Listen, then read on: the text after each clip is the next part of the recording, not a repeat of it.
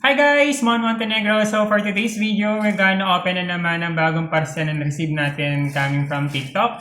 So guys, paparating na ating travel sa Humalik Island. So this coming Friday na yan guys, yung alis natin, Friday night. So bumili ulit ako ng gagamitin natin para sa ating travel. So ito guys, boxer brief lang siya. So open natin. Uy, ganda. May ganito siya. May pag ganito pa siya.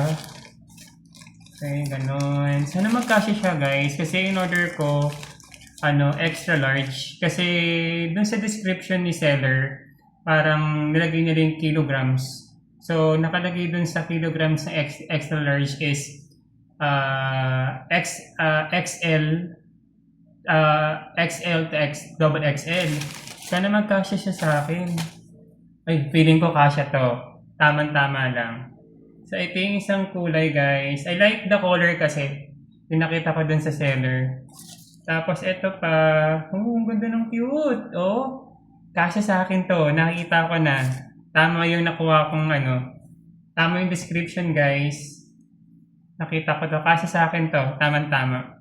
So, ayan. So, natutuwa ako. May bago ulit tayong boxer short. Magagawin natin pang travel. Yun lamang, guys. Bye-bye!